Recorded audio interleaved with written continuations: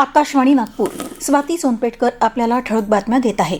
शासकीय सेवा नागरिकांपर्यंत पोहोचवून देण्यासाठी राज्यात छत्रपती शिवाजी महाराज महाराजस्व अभियान राबवण्यात येत आहे. मुख्यमंत्री देवेंद्र फडणवीस यांचा वाढदिवस आणि माजी उपमुख्यमंत्री स्वर्गीय अजितदादा पवार यांच्या जयंतीनिमित्त नागरिकांपर्यंत सेवा पोहोचवण्यासाठी हा उपक्रम राबवण्यात येत असल्याचं पालकमंत्री चंद्रशेखर बावनकुळे यांनी सांगितलं.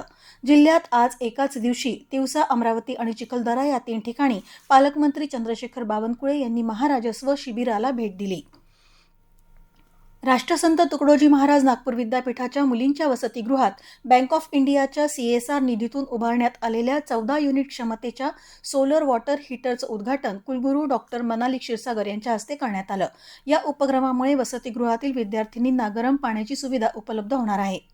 महाराष्ट्र शासनाची स्वायत्त संस्था अमृतच्या वतीनं महिला उद्योजक, लघु उद्योजक, स्वयंरोजगार करणारे तसंच स्थानिक व्यावसायिक यांच्यासाठी अमृत पेठ थेट बाजारपेठ या भव्य व्यावसायिक प्रदर्शनाचं आयोजन रविवार दिनांक 26 जुलै 2026 रोजी सकाळी 10 ते रात्री 9 या वेळेत विकास सभागृह, सावरकरनगर, नागपूर इथं आयोजित करण्यात आलं आहे.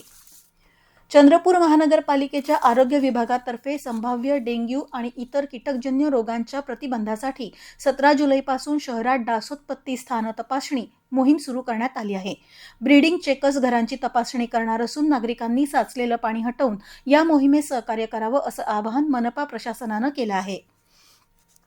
महाराष्ट्र शासनाच्या सांस्कृतिक कार्य संचालनालयातर्फे आषाढी एकादशीनिमित्त उद्या 24 जुलै रोजी सायंकाळी 6:30 वाजता अकोल्यातील प्रमिलाताई ओक हॉल इथं गजर माऊलीचा या विशेष भक्तिसंगीत कार्यक्रमाचं आयोजन करण्यात आलं आहे. भारत आणि झिम्बाब्वेच्या क्रिकेट संघांमध्ये 3 सामन्यांच्या T20 मालिकेतला पहिला सामना आज हरारे इथं सुरू असून शेवटचं वृत्त हाती आलं तेव्हा भारताच्या तिसऱ्या षटकात 1 गडी बाद 23 धावा झाल्या होत्या.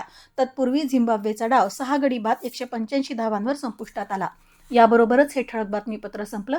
यापुढील ठळक बातमीपत्र आपण रात्री 8:42 विविध भारतीवरून प्रसारित होईल. नमस्कार.